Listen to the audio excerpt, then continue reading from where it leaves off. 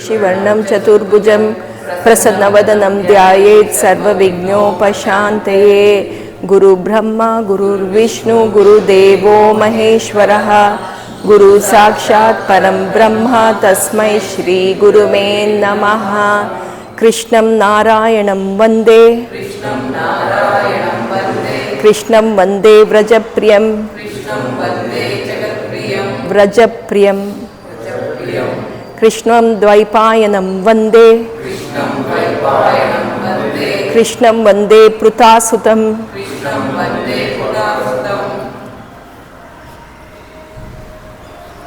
ಎಲ್ಲರಿಗೂ ನೆನಪಿರ್ಬೋದು, ಹೋದ ವಾರದಲ್ಲಿ ನಾವು ಪ್ರಹ್ಲಾದನ ಕಥೆಯನ್ನು ಕೇಳ್ತಾ ಇದ್ವಿ. ಪ್ರಹ್ಲಾದನ ಕಥೆ ಬರೋದು 7ನೇ ಸ್ಕಂದದಲ್ಲಿ. ಈ ಸ್ಕಂದ ಮತ್ತು ಈ ಕಥೆಯನ್ನು ಭಾಗವತದ ಎದೆಯ ಭಾಗ, ಹೃದಯ ಅಂತ ಹೇಳ್ತಾರೆ.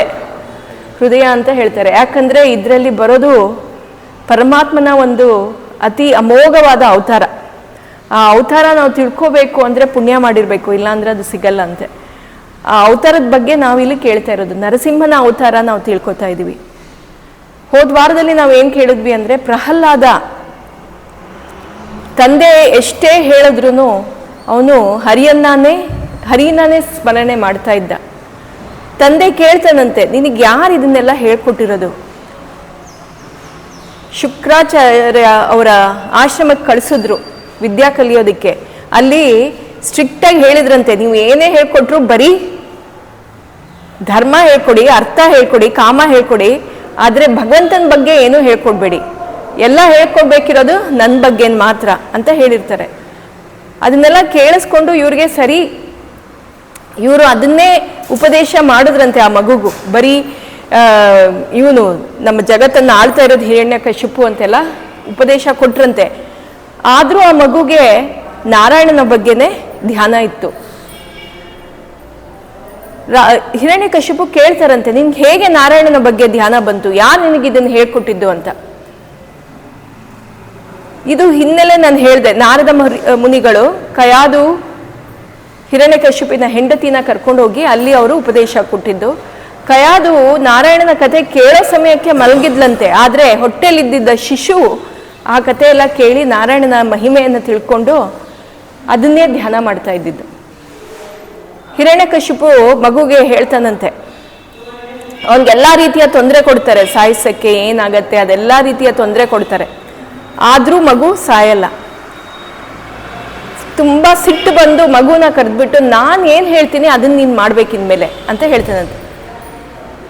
ಮಗು ಪ್ರಹ್ಲಾದ, ಅಪ್ಪ ನಿನ್ನ ಆಜ್ಞೆ, ನೀನೇನು ಹೇಳ್ತೀಯ ಅದನ್ನು ನಾನು ಖಂಡಿತ ಕೇಳ್ತೀನಿ, ನೀನು ಹೇಳು ಅಂತ ಹೇಳ್ತಾನಂತೆ. ಓಂ ಹಿರಣ್ಯಕಶ್ಯಪೇ ನಮಃ ಅಂತ ಹೇಳು ಅಂತ ಹೇಳ್ಕೊಡ್ತಾನಂತೆ. ಇವನು ಓಂ ನಾರಾಯಣಾಯ ನಮಃ ಅಂತ ಹೇಳ್ತಾನಂತೆ.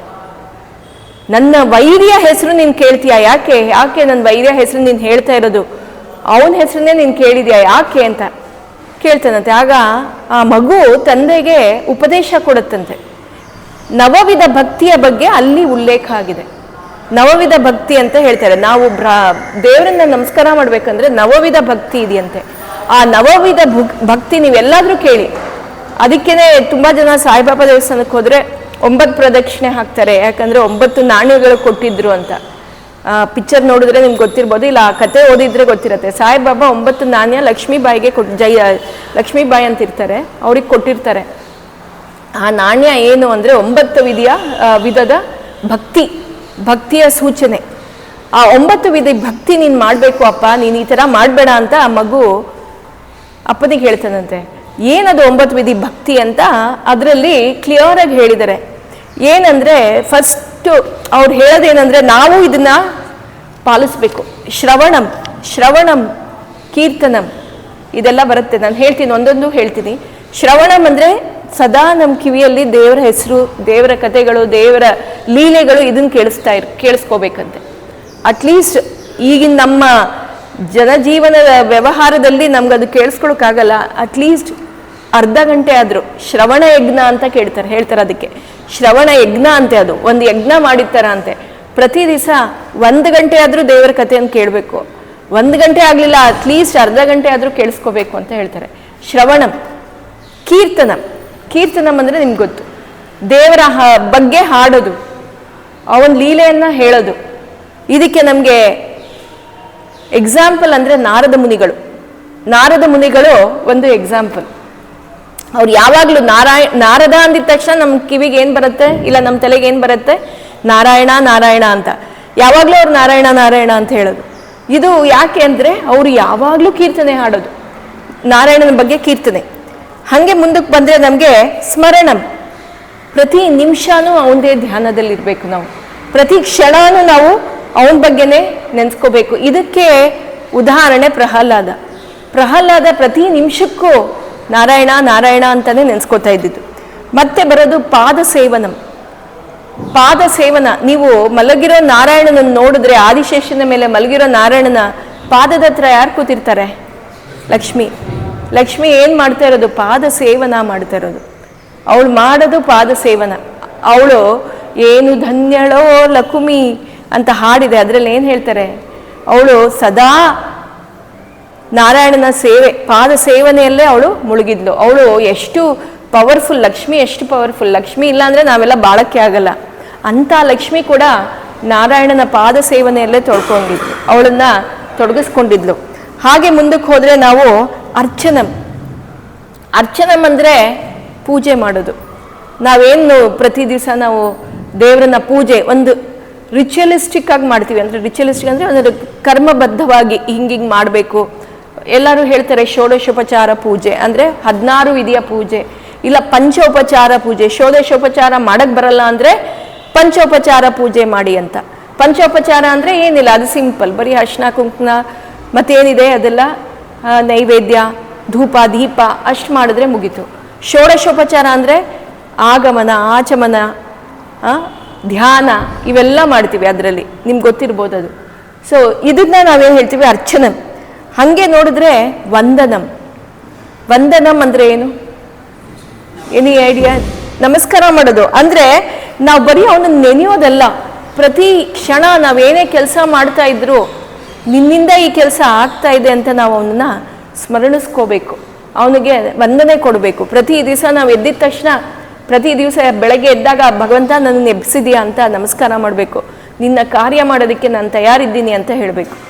ಇದು ಇಲ್ಲಿ ಬರುತ್ತೆ. ಇದಕ್ಕೆ ನಾವು ಎಕ್ಸಾಂಪಲ್ ಕೊಡಬೇಕಂದ್ರೆ ಅಕ್ರೂರ, ಕೃಷ್ಣನ ಪ್ರಿಯವಾದ ಒಬ್ಬ ಶಿಷ್ಯ ಅವನು. ಅಕ್ರೂರನ ಕತೆ ಮಹಾಭಾರತದಲ್ಲಿ ಬರುತ್ತೆ. ಇವಾಗ ನಾನು ಅದ್ರ ಬಗ್ಗೆ ಹೇಳಲ್ಲ, ಯಾಕಂದರೆ ನಾವು ಇವತ್ತು ನರಸಿಂಹನ ಅವತಾರ ನೋಡ್ಕೋಬೇಕು. ಅದಾದಮೇಲೆ ಇನ್ನೊಂದು important thing that we have to do is ದಾಸ್ಯಂ. ಎಷ್ಟೊಂದು ಜನ ದಾಸ್ಯ, ಪುರಂದರ ದಾಸ ಗೊತ್ತಿದೆ ನಮಗೆ, ಕನಕದಾಸ. ಈಗಿನ ಕಾಲದಲ್ಲಿ ನಾವು ಹೇಳಬೇಕಂದ್ರೆ, ಹಿಂದಿನ ಕಾಲದಲ್ಲಿ ನಿಮ್ಗೆ ದಾಸ್ಯ ಅಂದರೆ ಯಾರು ನೆನಪಾಗತ್ತೆ? ದಾಸ್ಯಂ ಅಂದರೆ ಯಾರು ನೆನಪಾಗತ್ತೆ? ಹನುಮಂತ. ರಾಮನ್ಗೆ ಅವನು ತನ್ನನ್ನು ತಾನೇ ಫುಲ್ ಸರೆಂಡರ್ ಆಗಿದ್ದ. ದಾಸ್ಯತ್ವ ಮಾಡಬೇಕು. ಇದು ಒಂದು ವಿಧಿಯ ಭಕ್ತಿ. ಅದಲ್ಲದೆ ಸಖ್ಯಂ, ಭಗವಂತನ ಬರೀ ದೇವರು ಅಂತ ನೋಡಬಾರ್ದಂತೆ, ನನ್ನ ಫ್ರೆಂಡ್, ನಮ್ಮ ಜೊತೆಲಿರೋನು ಅಂತ ಆ ಥರ ನೋಡಬೇಕು. ಅವನು ಹಾಗೆ ನಮ್ಮ ಜೊತೆ ಇರ್ತಾನಂತೆ. ನಾವು ಯಾವಾಗ ಅವನನ್ನು ನಮ್ಮ ಸ್ನೇಹಿತನ ರೂಪದಲ್ಲಿ ನೋಡ್ತೀವಿ, ಅವನು ನಮ್ಮ ಜೊತೆಲಿ ಸ್ನೇಹಿತನ ಹಾಗೆ ಇರ್ತಾನಂತೆ. ನಿಮ್ಗೆ ಎಕ್ಸಾಂಪಲ್ ಅಂದರೆ ಅರ್ಜುನ ಅತಿ ಪ್ರಿಯವಾದ ಸಖ್ಯ ಅವನು ಕೃಷ್ಣನ್ಗೆ. ಕೃಷ್ಣ ಮತ್ತು ಅರ್ಜುನ ಯಾವಾಗಲೂ ಎತ್ರ ಕೃಷ್ಣೋ ಎತ್ರ ಅರ್ಜುನ ಎತ್ರ ಕೃಷ್ಣ, ಅಲ್ಲಿ ನಮಗೆ ಯಾವತ್ತಿದ್ರೂ ಸೋಲಿಲ್ಲ ಅಂತ ಹೇಳ್ತಾರೆ. ಕೃಷ್ಣ ಅರ್ಜುನರು ಎಲ್ಲಿರ್ತಾರೆ ನಮ್ಗೆ ಯಾವತ್ತೂ ಸೋಲ್ ಬರಲ್ಲ ಅಂತ ಹೇಳ್ತಾರೆ. ವಿಷ್ಣು ಸಹಸ್ರನಾಮದಲ್ಲಿ ಬರುತ್ತೆ. ಇದು ನಮಗೆ ಗೊತ್ತಿರಬೇಕು. ಸಖ್ಯ ಅಂತ ಹೇಳ್ತಾರೆ. ಪ್ರತಿ ಒಂದು ಇಲ್ಲಿ ತನಕ 8 ವಿಧದ ಭಕ್ತಿ ಹೇಳಿದಾನೆ. ಕಡೆಯದು ಏನಂದರೆ ಆತ್ಮನಿವೇದನ.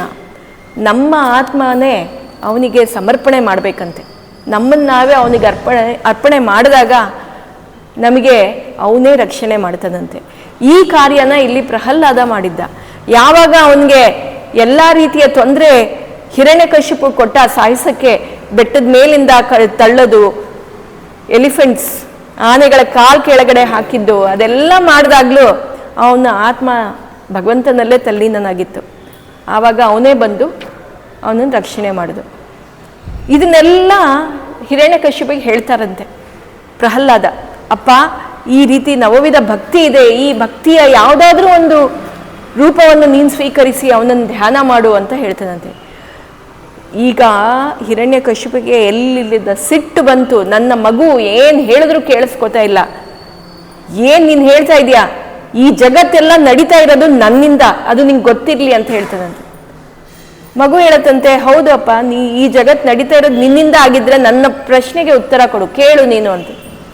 ನಿನ್ನ ತಂದೆ ಯಾರು? ಕಶ್ಯಪ. ಕಶ್ಯಪನ ತಂದೆ ಯಾರು? ಬ್ರಹ್ಮ. ಬ್ರಹ್ಮನ ತಂದೆ ಯಾರು? ಹಿರಣ್ಯಕಶಿಪಕ್ಕೆ ಆನ್ಸರೇ ಇಲ್ಲ. ಆವಾಗ ಅವನು ಹೇಳ್ತಾನಂತೆ, ಕಶ್ಯಪನ ತಂದೆ ಬ್ರಹ್ಮ ಅಂತ ಹೇಳಿದೆ. ಬ್ರಹ್ಮನ ತಂದೆ, ಬ್ರಹ್ಮನನ್ನ ಇಲ್ಲಿ ಸೃಷ್ಟಿ ಮಾಡಿರೋದು ಯಾರು? ಅದು ನಾರಾಯಣ. ಅದೇ ನಾರಾಯಣನ ಬಗ್ಗೆ ನಾನು ಹೇಳ್ತಾ ಇರೋದು. ಈ ಜಗತ್ತೆಲ್ಲ ನಡೀತಾ ಇರೋದು ಈ ನಾರಾಯಣನಿಂದ ಅಂತ. ಹೌದಾ? ಈ ಜಗತ್ ನಡೀತಾ ಇರೋದು ನಿನ್ನ ನಾರಾಯಣದಿಂದನಾ? ಹೇಗೆ ಹೇಳು ನೋಡೋಣ. ಅವನು ಎಲ್ಲಿದ್ದಾನೆ? ಎಲ್ಲಿದ್ದಾನೆ ನಿನ್ನ ನಾರಾಯಣ? ನಾನು ತೋರಿಸ್ತೀಯ ನಿನ್ನ ನಾರಾಯಣ ಅಂತ. ಇಲ್ಲಿ ಒಂದು ನಾವು ಅಬ್ಸರ್ವ್ ಮಾಡಬೇಕು, ಎರಡು ರೀತಿಯ ಭಕ್ತರು ಇಲ್ಲಿರೋದು. ಒಂದು ಹರಿಯ ಭಕ್ತಿ ಮಾಡೋವನು ಪ್ರಹ್ಲಾದ, ಅವನು ಆಸ್ತಿಕತ್ವ. ಇನ್ನೊಂದು ನಾಸ್ತಿಕತ್ವ, ಅಂದರೆ ಹರಿ ಇಲ್ಲ ಅಂತ ಹೇಳೋನು. ನಾಸ್ತಿಕತ್ವದಲ್ಲಿರೋನು ಹಿರಣ್ಯಕಶಿಪು, ಅವನು ಹೇಳೋದು ಹರಿ ಇಲ್ಲ ಅಂತ. ಬಟ್ ಅವನು ಸದಾ ಹರಿಯನ್ನೇ ನೆನೆಸ್ಕೊತಾ ಇದ್ದಿದ್ದು, ಇವನು ಸದಾ ಹರಿಯನ್ನೇ ನೆನೆಸ್ಕೊತಾ ಇದ್ದಿದ್ದು. ಇವನು ನೆನೆಸ್ಕೊತಾ ಇದ್ದಿದ್ದು ಬೇರೆ ರೀತಿಲಿ, ಮಗು ಪ್ರಹ್ಲಾದ ನೆನೆಸ್ಕೊತಾ ಇದ್ದಿದ್ದು ಭಕ್ತಿಯಿಂದ, ಅವನು ನೆನೆಸ್ಕೊತಾ ಇದ್ದಿದ್ದು ಕ್ರೋಧದಿಂದ. ಇದೇ ವ್ಯತ್ಯಾಸ ನಾಸ್ತಿಕ ಮತ್ತೆ ಆಸ್ತಿಕರು. ನಾಸ್ತಿಕರು ಭಗವಂತನ ನಮಸ್ಕಾರ ಮಾಡ್ತಾರೆ, ಆಸ್ತಿಕರು ನಮಸ್ಕಾರ ಮಾಡ್ತಾರೆ, ಬಟ್ ಬೇರೆ ರೀತಿಯಲ್ಲಿ ನಮಸ್ಕಾರ ಮಾಡ್ತಾರೆ. ಯಾರ್ದು ಬೇಗ ಅವನಿಗೆ ಒಲಿಯತ್ತೆ ಅಂದರೆ ಆಸ್ತಿಕರದು ಬೇಗ ಒಲಿಯತ್ತೆ ಅಂತ. ನಾಸ್ತಿಕರನ್ನ ಹಂಗೆ ಆಗಿ ಅವನು ಬಿಟ್ಕೊಡಲ್ಲ, ಅವ್ರನ್ನೂ ಕಾಪಾಡ್ತಾನೆ. ಇವಾಗ ಇಲ್ಲಿ ಪ್ರಶ್ನೆ ಬಂದಿದ್ದೇನು ಅಂದರೆ, ಹಿರಣ್ಯಕಶಿಪು ಹೇಳೋದೇನು, ನಾನು ಕೇಳಿದ್ರೆ ನಾನು ನಿನ್ನ ಭಗವಂತನ ನೋಡಬೇಕು, ತೋರಿಸ್ತೀಯ ನೀನು ನನ್ನನ್ನು ಅಂತ ಹೇಳ್ತಾನಂತೆ. ಪ್ರಹ್ಲಾದ ಹೇಳ್ತಾನಂತೆ, ಖಂಡಿತ ತೋರಿಸ್ತೀನಿ, ನೀನು ಹೇಳಿದ್ದನ್ನ ನೀನೇನು ಕೇಳ್ತೀಯ ಅದನ್ನು ನಾನು ಮಾಡ್ತೀನಿ ಅಂತ. ಎಲ್ಲಿದ್ದಾನೆ ಆ ನಿನ್ನ ಭಗವಂತ? ಎಲ್ಲಿದ್ದಾನೆ ಅವನು? ಎಲ್ಲಿದ್ದಾನೆ ಆ ಹರಿ? ನನ್ನ ಶತ್ರು ಎಲ್ಲಿದ್ದಾನೆ? ತೋರಿಸು ಅಂತದಂತೆ. ನಾನು ತೋರಿಸ್ತೀನಿ, ನೀನು ಕೇಳುಪ್ಪ ಅಪ್ಪ ಅಂತ ಕೇಳ್ತಾನಂತೆ. ಅವನು ಈ ಜಗತ್ತಲ್ಲಿದ್ದಾನ? ಹ್ಞೂ ಇದ್ದಾನೆ. ಈ ಗಾಳಿಲಿದ್ದಾನ? ಹ್ಞೂ ಇದ್ದಾನೆ. ಈ ಭೂಮಿಲಿದ್ದಾನ? ಹ್ಞೂ ಇದ್ದಾನೆ. ನನ್ನಲ್ಲಿದ್ದಾನ? ಹ್ಞೂ ನನ್ನಲ್ಲೂ ಇದ್ದಾನೆ. ನಿನ್ನಲ್ಲಿದ್ದಾನ? ನಿನ್ನಲ್ಲೂ ಇದ್ದಾನೆ. ಎಲ್ಲ ಕಡೆನೂ ಇದ್ದಾನೆ ಆ ಭಗವಂತ. ಹೌದಾ? ಹಂಗೆ ಅಲ್ಲೇ ಈ ಕಡೆ ಆ ಕಡೆ ನೋಡ್ಕೊಂಡು ಆ ಕಂಬ ನೋಡಿ, ಈ ಕಂಬದಲ್ಲಿದ್ದಾನ ಅಂತದಂತೆ. ಹ್ಞೂ ಇದ್ದಾನೆ, ನಮ್ಮ ನಾರಾಯಣ ಈ ಕಂಬದಲ್ಲಿದ್ದಾನೆ, ತೋರಿಸ್ತೀಯ ನನಗೆ ನಿನ್ನ ಹರಿಯನ್ನ ಅಂತ. ತೋರಿಸ್ತೀನಿ ಅಂತ ಹೇಳಿ ಅವನು ಗದಾ ಇಟ್ಕೊಂಡು ಆ ಕಂಬದ ಹತ್ರ ಹೋಗಿ, ಅಷ್ಟೇ ಕೋಪ, ರೋಷ, ತಾಪ ಎಲ್ಲ ಇಟ್ಕೊಂಡು ಹೋಗಿ ಆ ಕಂಬನ, ಕೆಲವ್ರು ಹೇಳ್ತಾರೆ ಗದೆ ಇಟ್ಕೊಂಡು ಹೊಡೆದ ಅಂತ, ಆದರೆ ಭಾಗವತದಲ್ಲಿ ಬರ್ದಿರೋದು ಗದೆ ಇಟ್ಕೊಂಡು ಹೋಗ್ತಾನಂತೆ. ಬರೀ ಒಂದು ಕೈ ಮುಷ್ಟಿಯಿಂದ ಹೊಡೆಯೋದಂತೆ. ಅವನು ಕೈ ಮುಷ್ಟಿಯಿಂದ ಹೊಡೆದು ಅಲ್ಲಿಂದ ದೇವರು ಬರ್ತಾನ ಅಂತ ನೋಡ್ಬೇಕು ಅಂತ ಹೊಡಿತಾನಂತೆ. ಹೊಡೆದಿದ ತಕ್ಷಣ ಜಟಪಟ ಜಟಪಟ ಜಟಪಟ ಅಂತ ಶಬ್ದ, ಎಂಥ ಶಬ್ದ ಆಗತ್ತೆ ಅಂದರೆ ಇಡೀ ಭೂಮಂಡಲನೇ ಅಲ್ಲೋಲ ಕಲ್ಲೋಲ ಆಗೋಗುತ್ತಂತೆ. ಇಡೀ 3 ಲೋಕ, ಇಡೀ 16 ಲೋಕಗಳೇ ಅಲ್ಲಾಡತ್ತಂತೆ ಆ ಶಬ್ದಕ್ಕೆ, ಆ ನಾದಕ್ಕೆ. ಎಂಥ ಘೋರ ನಾದ ಬರುತ್ತೆ ಆ ಕಂಬನ ಹೊಡೆದಿದ ತಕ್ಷಣ ಅಂದರೆ, ಅಷ್ಟು ಘೋರ ನಾದ ಬರುತ್ತಂತೆ. ಈ ಭೂಮಿಯನ್ನ ಭಾಗವತದಲ್ಲಿ ಒಂದು ಕಡೆ ಉಲ್ಲೇಖ ಇದೆ, ನಾನು ಅದ್ರ ಬಗ್ಗೆ ಡೀಟೇಲ್ ಆಗಿ ಹೇಳಿಲ್ಲ. ಒಂದ್ಸಲ ಹೇಳಿದ್ದೆ, ಈ ಸೃಷ್ಟಿ ಹೇಗಾಗಿದೆ, ನಮ್ಮ ಭೂಮಂಡಲದಲ್ಲಿ ಏನೇನಿದೆ ಅಂತ ಹೇಳಿದ್ದಾರೆ.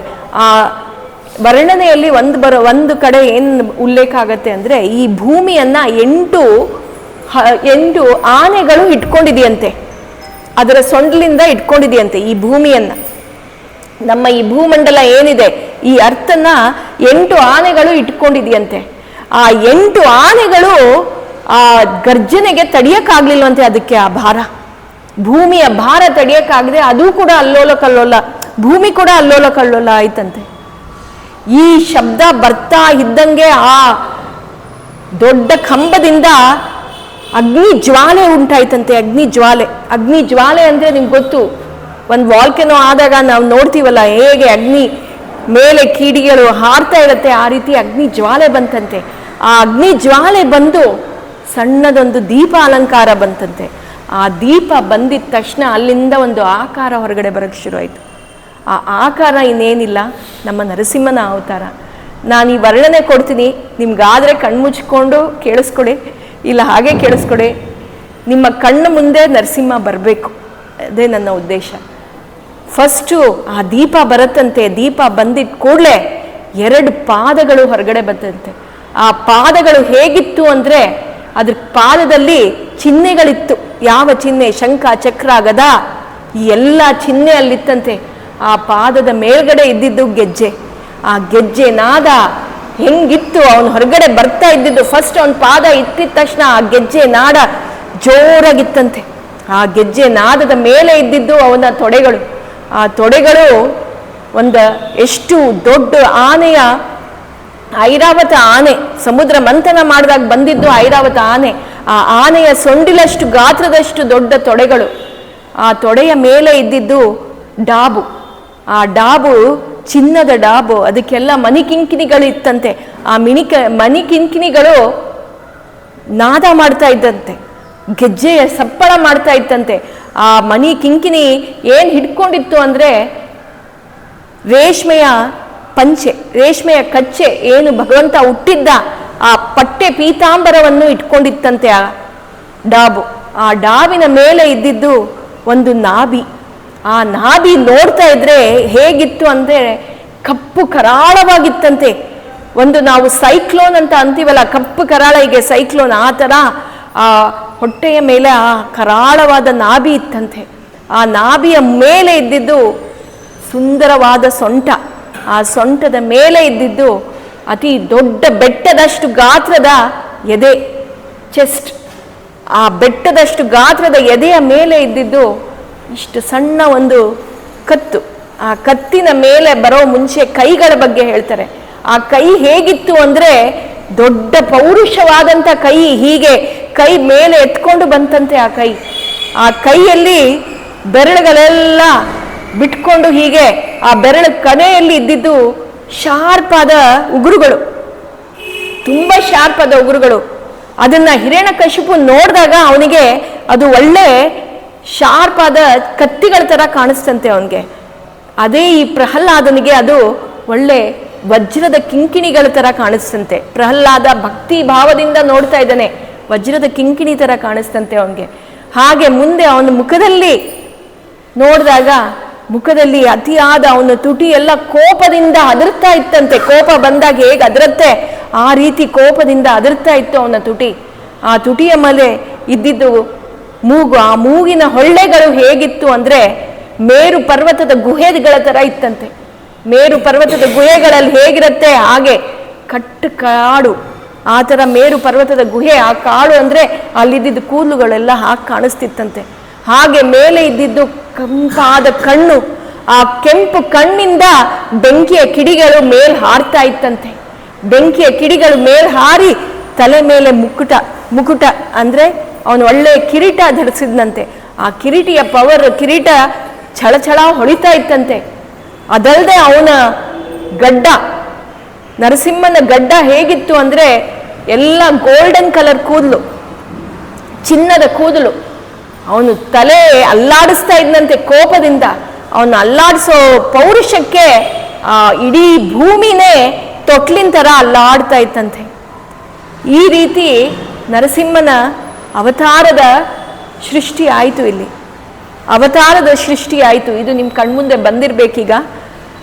ನರಸಿಂಹ ನಿಮ್ಮ ಕಣ್ಮುಂದೆ ಕಾಣಿಸ್ತಾ ಇರಬೇಕು. ಈ ರೀತಿಯ ನರಸಿಂಹ ಅಲ್ಲಿ ಬಂದ.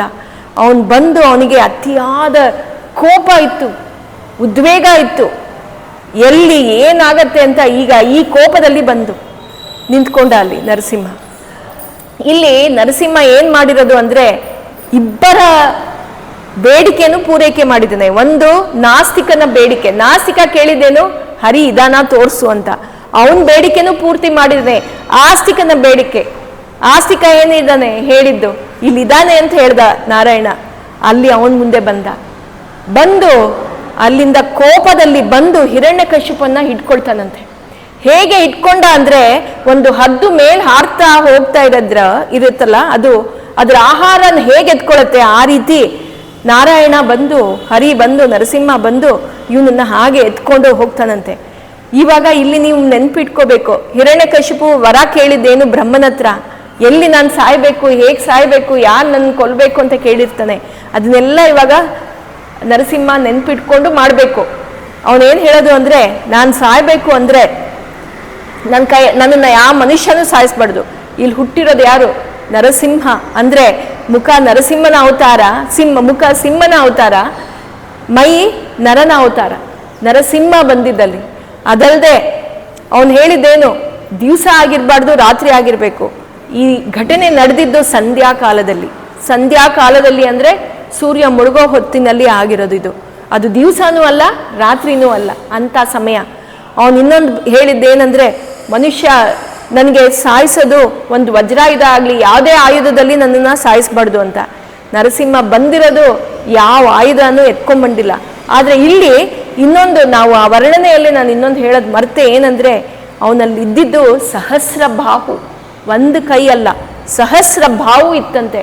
ಒಂದು ಕೈ ಹಿಂಗೆ ಕಾಣಿಸ್ತು, ಅದ್ರ ಹಿಂದೆ ಇದ್ದಿದ್ದು ಸಹಸ್ರ ಬಾಹು, ಅಂದರೆ ಸಾವಿರಾರು ಕೈಗಳಿತ್ತಂತೆ. ಪ್ರತಿಯೊಂದು ಕೈಯಲ್ಲೂ ಒಂದೊಂದು ಆಯುಧಗಳಿತ್ತಂತೆ.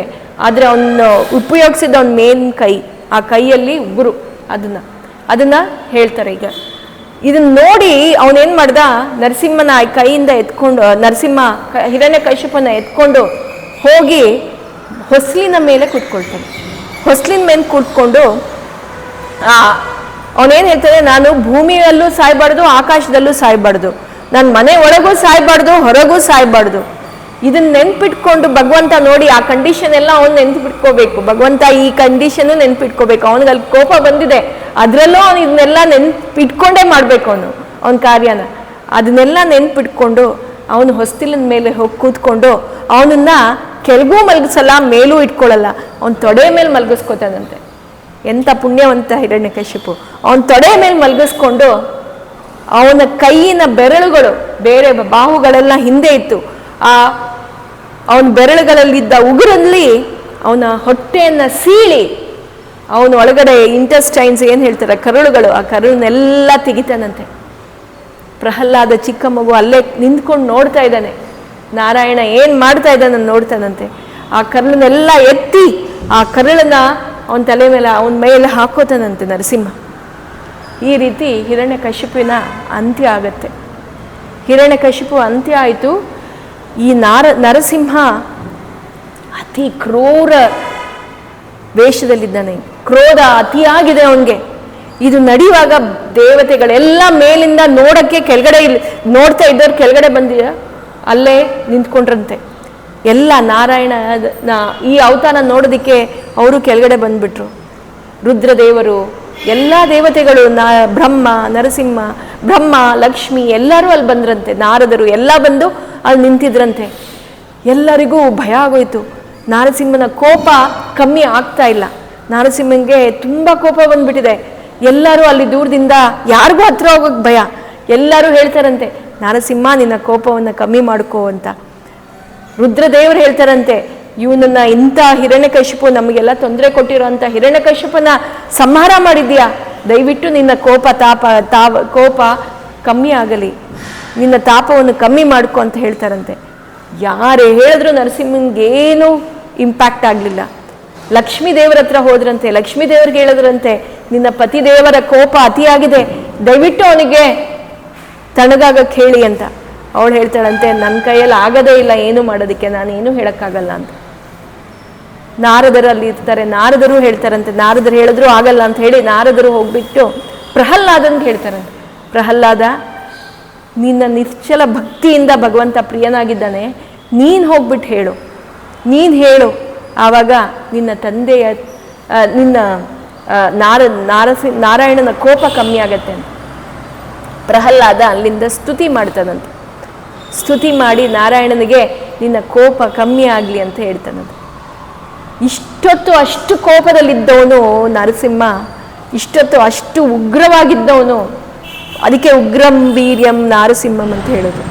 ಅಂಥವನು ಈ ಚಿಕ್ಕ ಮಗು ಭಕ್ತಿ ಭಾವದಿಂದ ಯಾವಾಗ ಹೇಳ್ದ ಆವಾಗ ಅವನ ಕೋಪ ಕಮ್ಮಿ ಆಗೋಯ್ತಂತೆ, ಶಾಂತವಾದಂತೆ. ಶಾಂತವಾಗಿ ಅಲ್ಲಿ ಪ್ರಹ್ಲಾದ ಸ್ತುತಿ ಮಾಡ್ತಾರೆ. ಆ ಸ್ತುತಿನ ಬೇರೆ ಕಡೆ ಹೇಳ್ತಾರೆ ಕೂಡ. ಆ ಪ್ರಹ್ಲಾದ ಸ್ತುತಿ ಕೇಳಿಸ್ಕೊಂಡು ಎಲ್ಲರಿಗೂ ಖುಷಿ ಆಯ್ತಂತೆ. ಅದೇ ಅವತಾರದಲ್ಲಿ ಬಂದು ನರಸಿಂಹ ಪ್ರಹ್ಲಾದನಿಗೆ ತಲೆ ಸವರಿ ಅವನ ಹಣೆ ಮೇಲೆ ಒಂದು ಮುತ್ತು ಕೊಡ್ತಾನಂತೆ. ಎಂಥ ಪುಣ್ಯವಂತ ಪ್ರಹ್ಲಾದ, ಎಂಥ ಪುಣ್ಯವಂತ ಅವನು. ಯಾಕಂದರೆ ಧ್ರುವನಿಗೂ ಕೂಡ ಆ ಅವಕಾಶ ಸಿಗಲಿಲ್ಲ. ಧ್ರುವನ ಕತೆ ನೆನಪಿದೆಯಲ್ಲ, ಧ್ರುವನ ಕತೆ. ಅವನು 5 ವರ್ಷದ ಮಗು, ಅವನು ಕಾಡಿಗೆ ಹೋಗ್ಬಿಟ್ಟು ತಪಸ್ ಮಾಡಿ, ಧ್ರುವ ಕಾಡಿಗೋಗಿ ತಪಸ್ ಮಾಡಿ ಧ್ರುವ ಲೋಕವನ್ನೇ ಪಡ್ಕೊಂಡ, ಉನ್ನತವಾದ ಸ್ಥಾನವನ್ನು ಪಡ್ಕೊಂಡ.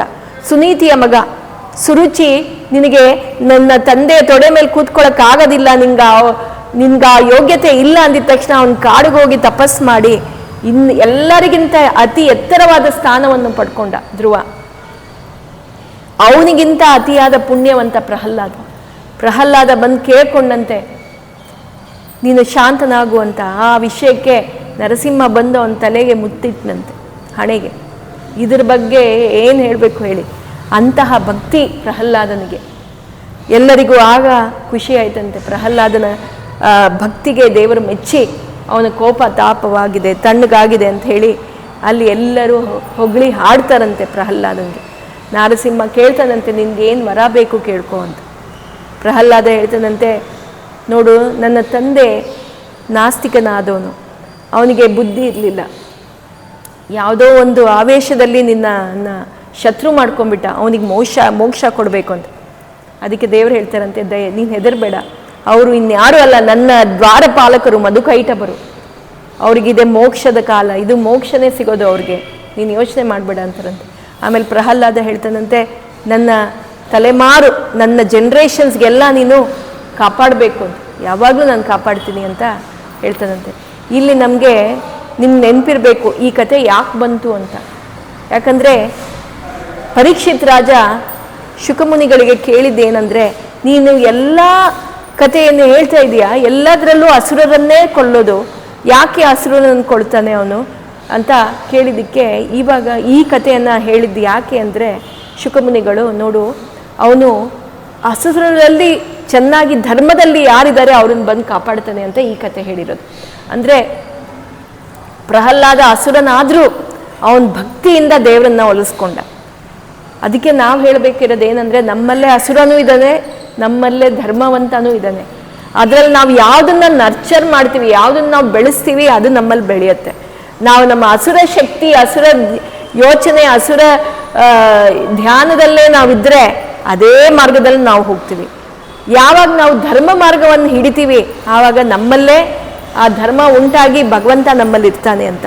ಅದಕ್ಕೆ ಈ ಕಥೆಯಲ್ಲಿ ನಮ್ಗೆ ಗೊತ್ತಾಗೋದೇನೆಂದರೆ, ನಾವು ಏನೇ ಕೆಲಸ ಮಾಡಿದ್ರು ಧರ್ಮದಿಂದ ಮಾಡಿದ್ರೆ ನಮಗೆ ಅವನು ಸದಾ ನಮ್ಮ ಜೊತೇಲಿ ಇರ್ತಾನೆ. ಭಕ್ತಿ ಭಾವದಿಂದ, ಪ್ರೀತಿಯಿಂದ ಮಾಡಬೇಕು ಅಂತ ಹೇಳ್ತಾರೆ. ಪ್ರಹ್ಲಾದಲ್ಲಿ ಇದ್ದಿದ್ದೇನು ಪ್ರೀತಿ ಒಂದೇ. ಪ್ರೀತಿ ಭಾವದಿಂದನೇ ಅವನು ಭಗವಂತನನ್ನು ನೆನೆಸ್ಕೊತಾ ಇದ್ದಿದ್ದು. ಈ ಪ್ರಹ್ಲಾದನ ನವವಿಧ ಭಕ್ತಿ ಬಗ್ಗೆ ನಾವೆಲ್ಲ ತಿಳ್ಕೋಬೇಕು. ಯಾಕಂದರೆ ಭಕ್ತಿ ಮಾಡೋದಕ್ಕೆ ನಮಗೆ ಯಾವ ರೀತಿಯ ಅವಕಾಶಗಳಿದೆ ಅಂತ ಈ ನವವಿಧ ಭಕ್ತಿಯಲ್ಲಿ ನಿಮ್ಗೆ ಗೊತ್ತಾಗುತ್ತೆ. ಕೆಲವರು ಬರೀ ಧ್ಯಾನ ಮಾಡಿಕೊಂಡು ಕುಣಿದು ಕುಪ್ಪಳಿಸ್ತಾರೆ, ಅವನಿಗೂ ಒಲಿತಾನೆ. ಪುರಂದರದಾಸರೆಲ್ಲ ಏನು ಮಾಡಿದ್ರು, ಅವ್ರು ಯಾವತ್ತೂ ಪೂಜೆ ಮಾಡಿಲ್ಲ. ಕನಕದಾಸರು ಅವರೆಲ್ಲ ಪೂಜೆ ಎಲ್ಲ ಮಾಡಿಲ್ಲ, ಬರೀ ಅವರ ಧ್ಯಾನದಲ್ಲಿ ಭಕ್ತಿ ಭಾವದಿಂದ ಹಾಡನ್ನು ಹಾಡ್ಕೊಂಡ್ರು, ಅದು ಸಾಧ್ಯವಾಯಿತು. ಹೀಗೆ ನಮಗೆ ಈ ಕಥೆಯಲ್ಲಿ ನಮ್ಗೆ ಗೊತ್ತಾಗೋದು ಏನಂದರೆ, ನರಸಿಂಹನ ಕಥೆಯಲ್ಲಿ ಯಾವಾಗ ನಾವು ನಿಜ ಭಕ್ತಿಯಿಂದ ಅವನನ್ನು ಬೇಡ್ಕೋತೀವಿ, ಅವನು ನಮ್ಮ ಕರೆಯನ್ನು ಕೇಳಿ ನಮಗೆ ಮೊರೆ ಕೊಡ್ತಾನಂತೆ, ನಮ್ಮ ಹತ್ರ ಬರ್ತಾನಂತೆ, ನಮಗೇನು ಬೇಕೋ ಅದನ್ನು ಕೊಡ್ತಾನೆ. ಆದರೆ ನಿಶ್ಚಲ ಭಾವದಿಂದ ಅವನನ್ನು ಧ್ಯಾನಿಸ್ಬೇಕು, ಅವನನ್ನು ನೆನೆಸ್ಕೋಬೇಕು, ಆವಾಗ ಅವನು ಖಂಡಿತ ನಮ್ಮ ಹತ್ರ ಬರ್ತಾನೆ.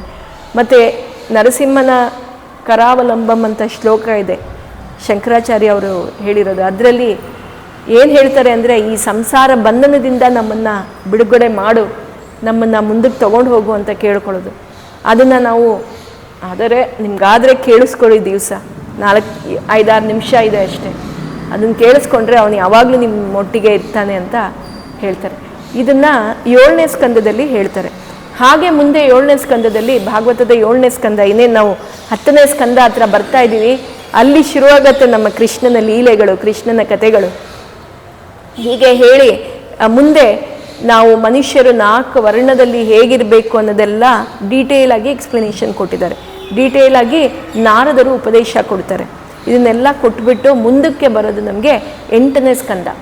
8ನೇ ಸ್ಕಂದದಲ್ಲಿ ನಾವು ಅತಿ ಒಳ್ಳೆ ಕಥೆಗಳಿದೆ. 8ನೇ ಸ್ಕಂದದಲ್ಲಿ ಒಳ್ಳೆ ಕಥೆಗಳಿದೆ. ಅದರಲ್ಲಿ ನಾವು ಮುಂದಿನ ವಾರ ತಿಳ್ಕೊಳ್ಳೋದು ಏನಂದರೆ ಗಜೇಂದ್ರ ಮೋಕ್ಷ. ಗಜೇಂದ್ರ ಮೋಕ್ಷ ಬಗ್ಗೆ ಕೇಳಿದ್ದೀರಾ ನೀವು? ಗೊತ್ತಿದೆಯೋ ಗೊತ್ತಿಲ್ವೋ? ಗಜೇಂದ್ರ, ಆ ಗಜೇಂದ್ರ ಮೋಕ್ಷನ ಕಥೆಯನ್ನು ನಾವು ಮುಂದಿನ ವಾರದಲ್ಲಿ ತಿಳ್ಕೊಳ್ಳೋಣ. ಮುಂದೆ ಬರೋದು ವಾಮನನ ಅವತಾರ, ಆಮೇಲೆ ಪರಶುರಾಮನ ಅವತಾರ, ರಾಮನ ಅವತಾರ. ಈ ಅವತಾರಗಳ ಬಗ್ಗೆ ಎಲ್ಲ ಇಲ್ಲಿ ಬರುತ್ತೆ. 8ನೇ ಸ್ಕಂದದಲ್ಲಿ ಇದೆಲ್ಲ ಕತೆ ಬರುತ್ತೆ ಮುಂದೆ. ಅದರಲ್ಲಿ ಇಂಪಾರ್ಟೆಂಟ್ ಅಂದರೆ ಗಜೇಂದ್ರ ಮೋಕ್ಷ. ಗಜೇಂದ್ರ ಮೋಕ್ಷನ ಬೆಳಗ್ಗೆ ನಾವು ಕೇಳಿಸ್ಕೊಂಡ್ರೆ ನಮಗೆಲ್ಲರಿಗೂ ದೇವರು ಯಾವಾಗಲೂ ಕಾಯ್ತಾನೆ ಅಂತ ಹೇಳ್ತಾರೆ. ಹೀಗೆ ಗಜೇಂದ್ರ ಮೋಕ್ಷನ ಕಥೆಯನ್ನು ನಾವು ಮುಂದಿನ ವಾರದಲ್ಲಿ. ಹರೇ ಹರೇ ಮೇ ಹರ ಪಾತಕಾನಿ ಹರೇ ಹರೇ ಮೇ ಕುರು ಮಂಗಳಾನಿ ಹರೇ ಹರೇ ಮೇ ತವ ದೇಹಿ ದಾಸ್ಯಂ ಹರೇ ಹರೇ ಮೇ ತವ ಭಕ್ತಿರಸ್ತು ಹರಯೇ ನಮಃ ಹರಯೇ ನಮಃ.